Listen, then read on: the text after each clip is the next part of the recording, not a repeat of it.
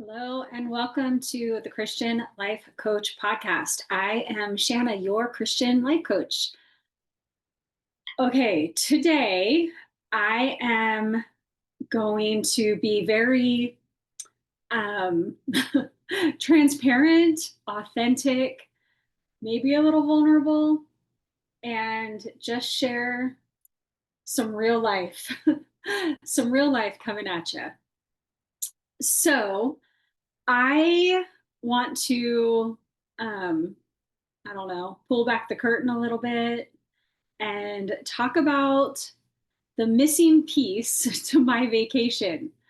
So, on the last episode, which was just about a month or so ago, maybe not quite a month ago, I talked about my vacation protocol.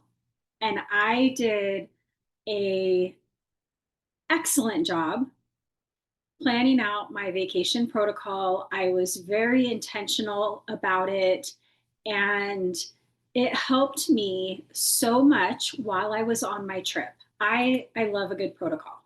Protocols make such a big difference, and they can be used in so many different situations. So I was very intentional planning my protocol, and I felt so great about how I showed up for myself on my vacation. Did I show up perfectly? Absolutely not. Was my habit tracker full of stars? No, it was not. But the protocol and the tracking that I did, and I love the way that I did the tracking too. You can go back and listen to episode 25 of the podcast to hear about my vacation protocol. Um, I love the way that I tracked. Um, and then as I started thinking about coming back home, I knew that there was a very important protocol that would be very helpful, and that is called the reentry protocol. And guess what? I thought about it and I never did it. I did not spend that time to intentionally plan out for my reentry. And what happened? Well, it didn't go the way I wanted it to, but I have learned a valuable lesson, and I'm going to talk about it. So let's dive in. Oh my word. So again, I did such a good job planning out my protocol. I was fully prepared to enjoy my vacation while still showing up for myself in a way that I felt good about. And then I came home without being prepared, without any intentional preparation. Um, so my trip started on June 21st. I left home in Idaho, went to Washington, spent 4-ish days with my amazing son and my amazing daughter-in-law and my perfect grandbaby. And then I flew from Seattle to Nashville for a conference that I was going to um, in Knoxville, Tennessee. Went to the conference, flew from Knoxville to Norfolk, Virginia to spend a weekish with my amazing Navy son and meet his now fiance. Then, and my husband met me there. Then on July 7th, my husband and I flew back to Seattle. I spent 2 nights there, and my grandson and I flew from Seattle back to Boise, and we spent 5 amazing days, just the two of us, just Clayton and Lily, and it was wonderful and precious and amazing and exhausting. I I was reminded what it's like to have a toddler, and they take a lot of work, and they're so fun, and like I'm not complaining. There is no just let's set the record straight here. There's no complaining in this episode whatsoever. I am thrilled that I got to have that time with him. And I just, it's amazing. So it was just Clayton and I for 5 days. And then my husband and my son and daughter in law came back to Idaho, and they spent 2-ish weeks, 2.5 weeks here. So full house, family. I still had Clayton most of the time. Love every second of it. And then during that time, I honestly, I wasn't planning ahead. I wasn't tracking. I was not moving my body. I was not drinking the water. I was not doing the things that I typically do to take care of myself. And I felt it. I felt it physically, emotionally, mentally. Um, the one thing that I did do consistently was my devotion time. So I did stick with my devotion time. Most days I got up earlier than Clayton so that I had um, that time to do devotions, have a cup of coffee, um, and I would drink water while my coffee was brewing. Some days that was the only water I got. So over that month or so, I have gained weight. I feel physically kind of yucky, but more importantly, I don't know that I lost trust in myself, but I definitely learned that how I want to do things differently. And I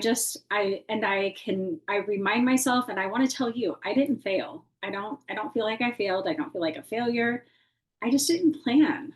I just didn't make a plan for coming back home and being with the grandbaby and all of those things. So I didn't fail. I just didn't plan. And so I think that is just such a valuable lesson. And I could look at it as a failure. And if I do, then what can I learn from that? I want to fail forward. I want to fail and it be used as a lesson. I don't want to fail and use it as a weapon against myself. I and along those lines, there was one morning um, that I woke up, and I don't know. It was kind of a weird. It was kind of like a meta thinking, I guess. I was laying in bed, and I didn't have this thought. I had the thought I could be telling myself this, and I could have been telling myself that if there was a wagon, which I don't believe there's a wagon, and I have a previous episode about that as well. But I was like, I could be telling myself, if there were a wagon, I dove off of it and I'm currently rolling down the side of a mountain. Like that's what I could have been. That is the mindset that I could have been thinking and adopting and believing and using against myself. I absolutely could have chosen to think that way. And I, of course, am not because I'm an excellent coach and mindset is my area. But I reminded myself that I decided that this season, and especially these past 3 weeks, was about spending time with my grandson, about spending time with my son and his wife, because these relationships matter. These people are some of the absolute most important people in my life, and my relationship with them matters. And so I want to focus on them. I want to spend as much time with them as I can. I want to build relationship with them. I was exactly where I wanted to be, even if my habits were not dialed in. And it doesn't mean that I don't want to um, I don't know if it's reestablish, but work on building up, practicing building up those habits again. It just means I'm not beating myself up. I'm not punishing myself for prioritizing my time with them. Now, had I all of it to do over again, I would definitely develop a reentry plan for sure. But I did not fall off a wagon. There is no wagon. I made a conscious choice to spend time to prioritize people that I love and relationships that I want to develop and nurture. And that's not like, how could I possibly consider that failure? That's not failure. That's living in alignment with my values and my priorities. Um, and also, next time there will be a reentry plan. So, what could my reentry plan have looked like? So, I always want to be kind. So, it wouldn't have been like restrictive or rigid. I would want it to be realistic, and I would want it to set myself up for success coming back from vacation, getting back into my routines. Um, and what I did do, which would have been on the reentry plan, was before I came home, I put in a grocery order so that as soon as we got picked up from the airport, we went straight to the grocery store and picked up our grocery order, came home so that we had food. So I had food to feed my grandson and his milk that he loves. So that is a win. I That was a huge win. I That would have been like top level in my reentry plan. I would have had a grocery order. So yay me. That is one thing that I did, even though I didn't have my reentry plan protocol written out. So, what could it have included? It could have included maybe a day where I just like was just, it's whatever it is. I'm not going to worry about any of my habits, maybe a day, maybe two, with, some buffer time. And then maybe a daily anchor habit. This is what matters. I'm going to do this today, and then kind of gradually added things on. I would want an anchor thought. I am big into anchor thoughts. What do I want to think on purpose? What do I want to remind myself of? And it could have been just focus on one thing at a time. Focus on one thing at a time. Focus on what matters. And like, this time is precious. This baby's only going to be 20 months for 1 month of his whole life. I'm never going to be able to get this time back. So, what matters most? So, I would have thought through, how am I going to get my movement in? How am I going to be purposeful in getting my water in? When is planning going to fit into my days? Because some days he slept until 8, and some days, as soon as my feet hit the floor at 6 a.m., he woke up. So maybe I do my planning the night before. And really looking at, okay, I'm coming back from vacation, but my vacation is not really over because I'm going to have company. I'm still spending time with my grandbaby. So realistically, what does it look like? What are the minimum baselines that I want to track, that I want to work on implementing and practicing, getting back in the habit of doing? What really matters? What's realistic? And how can I realistically expect myself to do this? Um, and so that's kind of what would go into my planning the reentry. And really, one of the most important components is the grocery order, is having food when you get home so that you're not continuing to eat out or whatever. And so what I learned, lessons learned, that planning does not end with the trip. It's coming back home. How do I want to land softly with intention when I come back to my normal life at home? I learned I can show up for my family. I can invest time in my family, and um I can nurture and invest in those relationships, and I can also care for myself. I can also take time for myself, but it requires being intentional ahead of time. It might require some conversations. And I learned that taking impeccable care of myself is an ongoing practice. And it ebbs and flows, and it has peaks and valleys. And none of it's failing. It's learning, it's practicing, and it's life. And I don't know if I've shared on the podcast, but one of the things that I write in my planner pretty consistently is the impact of taking impeccable care of myself is immeasurable. The impact of taking impeccable care of myself is immeasurable. When I am in the habit of taking impeccable care of myself, I have more energy, I have more compassion. I am more enjoyable to be with myself, and I am more enjoyable for other people to be around. I can invest more in other people. I can give more of myself when I am taking impeccable care of myself.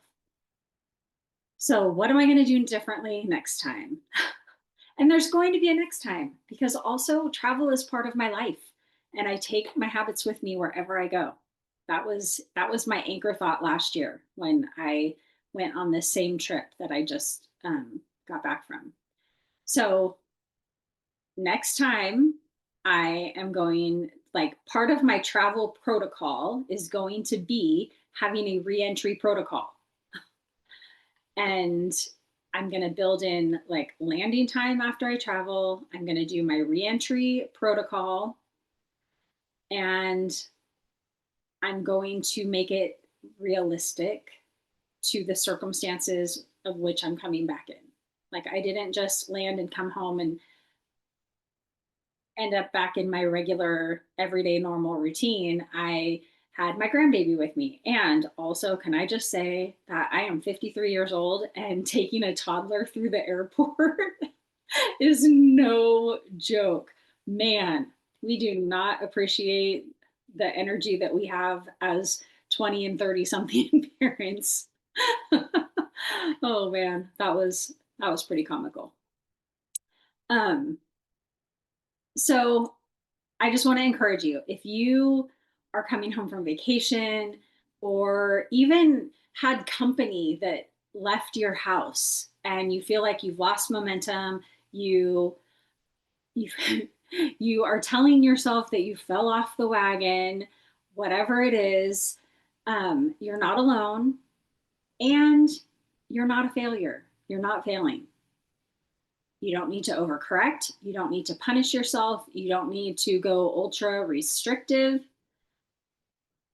Just ask yourself, what can I do now to move forward? What one or two things can I focus on moving forward? And here's the kicker: start now, start today. Don't wait until Monday. Don't wait until the first of the month. Don't wait until whatever. Start now, today. What can I do today that is going to help me to get back into the habits that I want to be practicing? Just one thing. It doesn't have to be everything. One thing. And for example, today, when I'm recording this, it is July 31st. The kids left my house yesterday, and today is my day one. Today is day one. I am back in my habits. I am back in my routine. I could have waited until August 1st, but my day one is July 31st. It's a Thursday. It's the last day of a month, and today's the day. So I have just been reminded again that even when I know what works, even though when I know what to do, I don't always do it. And that's okay, because we can always come back. We can always reset. I I am a firm believer in in resetting over and over and over again. I love a fresh start. July 31st is my fresh start. You just have to ask yourself, where am I at? Start there, commit to what you're willing to do consistently, and do it from a place of love. Easy peasy, easy peasy. And as a PS, I just want to say, I'm also really sad. Like, having my kids be around and the grandbaby be around for such an extended time, ugh, my heart just hurts. And also, even though my heart hurts and I'm sad and I want all of my family to live close together and all, like, I have all of that going through my mind and all of those emotions. And even though I'm experiencing all of that, I can also prioritize my self-care. I can prioritize movement, drinking water, eating for hunger. I can prioritize those things at the same time as I'm feeling sad and missing my family. So we get to keep the excuses that we fight for. I could use that as an excuse. I'm so sad. I'm just going to wait until August 1st. I'm just going to give myself another day. I definitely gave myself yesterday to be sad. And today, day one, I can be sad and I can take care of myself. So I would love to hear your thoughts on this. I would love to hear your questions on this. Feel free to reach out. I am on social media at Coach Shanna P, pretty much everywhere. And if you're watching this on YouTube, thank you. If you're listening to this on any of the podcast platforms, thank you. I would love it if you would like, subscribe, whatever it is on the platform that you're on, share it with your friends, comment. Any of that engagement helps the show to be pushed out to more viewers and or listeners. So I would greatly appreciate that. And feel free to go over and follow me on the socials too. Thank you so much for being here. Remember, life coaching is life changing, one renewed thought at a time.